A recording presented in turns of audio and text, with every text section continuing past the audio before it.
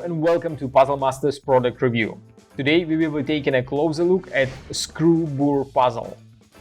This puzzle was designed by Oscar van Deventer and it is related to a classical 6-piece burr, but instead of a square rods here we have a screws, and instead of slit you have to screw them inside.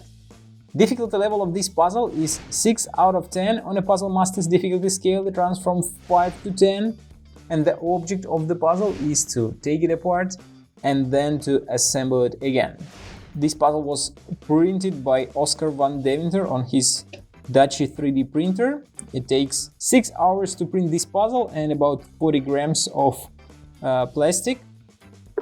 This puzzle is not very difficult, but since it is made not the same as classical version, but you use screws instead of the square rods, it's going to be a little bit more tricky to find the correct way to solve the puzzle. Since to screw the piece in, you have to put all other parts in exact position, otherwise it's not gonna fit well, or it's not gonna hold the whole shape like you can see right now.